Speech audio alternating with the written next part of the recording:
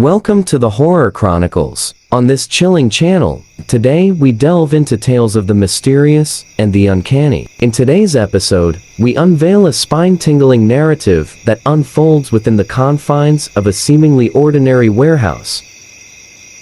As night descends, a series of inexplicable events and ghostly apparitions begin to plague the premises. Join us as we recount the eerie encounters that transpired in the dead of night, and witness how an unexpected solution is unearthed to pacify the restless spirits that lurk in the shadows. Get ready for a supernatural journey that will keep you on the edge of your seat, right here on the Horror Chronicles. Stay tuned, brave viewers, as we delve deeper into this spine-chilling tale. We will continue after the break. Intro.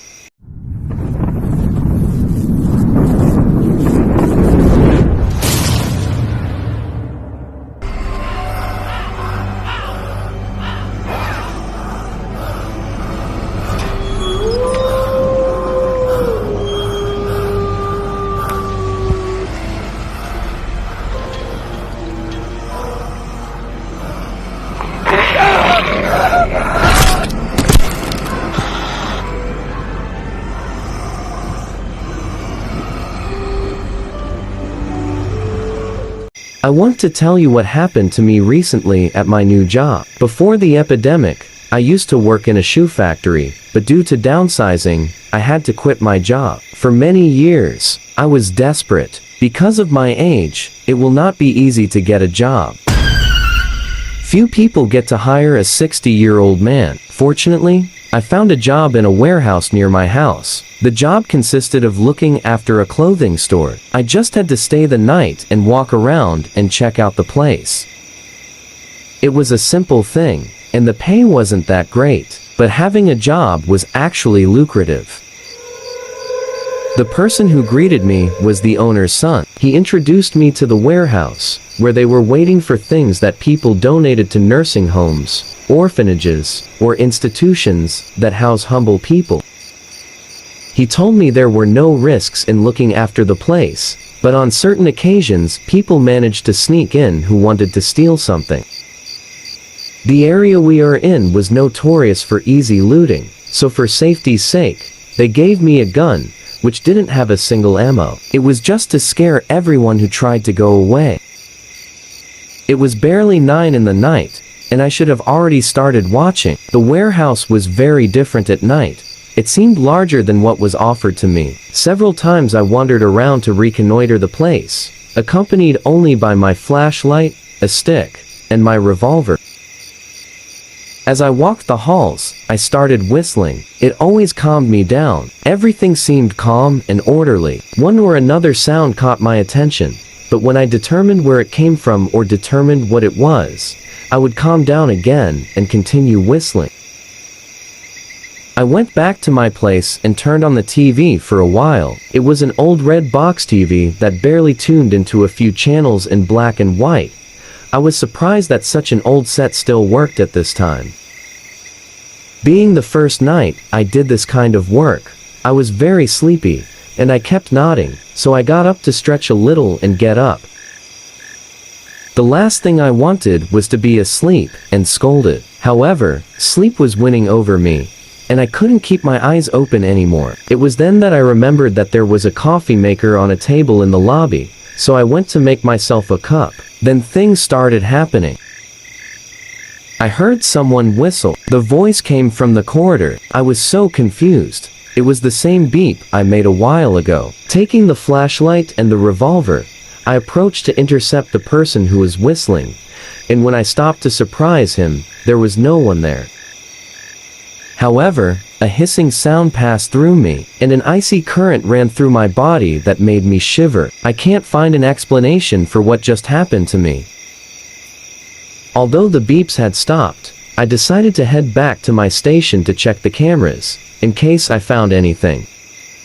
She opened the camera, which was only watching part of the warehouse. Everything seemed to be in place.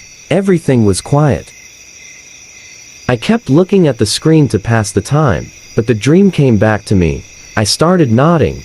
My eyelids felt so heavy, and in the blink of an eye, I could see something on the screen. I looked carefully, and could see a child appeared in the corridor, no more than 10 years old, and with very white skin. His eyes were so bright, they seemed to be a beacon in the darkness. Looking from side to side, it seemed like he was looking for something, and suddenly, he looked towards the camera, noticed my presence, and disappeared as quickly as he appeared. At first, I thought someone had walked in, but when it disappeared, I realized it was something else. I thought twice before going out to see what was going on. I was terrified inside, but I couldn't let something scary happen, and he kicked me out on my first day. I don't know where I got the courage and got ready to go. Every step I took was filled with agony, and I didn't want to suddenly fall into something. I tried to think of my parents, my brothers, and distract myself about something else, but I was too afraid to clear myself of other thoughts. Before I got to the place where I saw the child, I found a locked room. In the door is a small square window through which one can see what is inside. The manager's son told me that this room had been closed for a long time, and they only kept the clothes. As soon as I passed it, I heard someone banging hard. I paused, not knowing if what I heard was a product of my imagination or if it really happened. I slowly approached and pointed the lamp at the small window. Nothing abnormal or out of the ordinary was seen. I stood there for a few more seconds, and as I took a step back, someone's face appeared out of nowhere. He was looking at me carefully. It scared me, so it took me a while to react. I took out the gun and told him to get out of that room.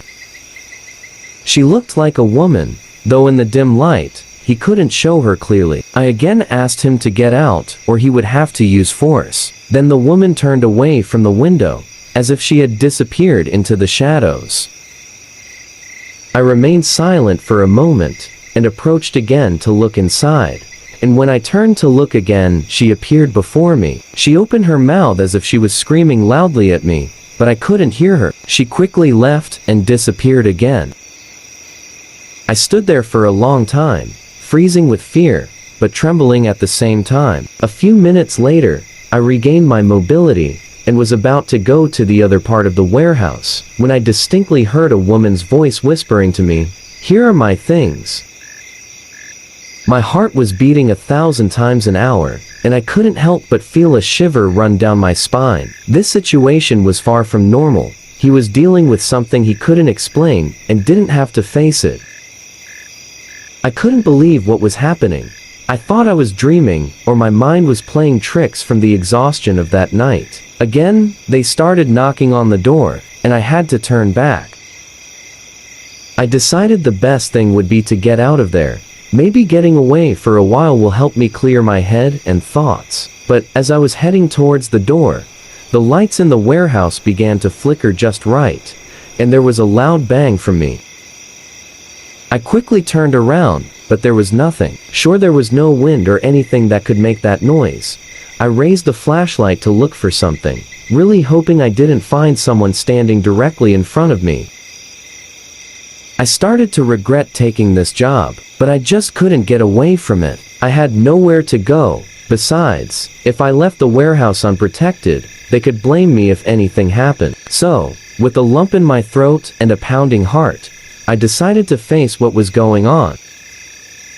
I yelled at him to get out of there. If he was a witch or a demon or Frank to get out. I remembered something my late grandfather had taught me when I was young. My grandparents lived in a farm on the outskirts of town. I would often accompany my grandfather to check the surroundings before going to bed. He always set traps for the chunky. He told me that they are real beings, and they think they own the house. They usually take the form of a child and try to make you lose your mind, and what they liked least was salt. My grandfather placed cubes of cheese full of salt in various places around the farm, and then we waited for one of them to fall. I remember seeing one or the other, but from afar, I saw them running away while my grandfather shot them from afar, and they never came back. I came near my base and took out my bag, in which I had my food. I got a little salt in a bag, so I collected some meatballs from my supper, and put in as much salt as I could. Now, it's time for the hard part. Go put them. I thought maybe this might be the solution, but even though I didn't know if I was up against a chance or something, I had to try. I went back to the room where I saw the woman, and then I noticed the door was open. I slowly approached, and before I could even peek, the door slammed shut, giving me a terrible fright.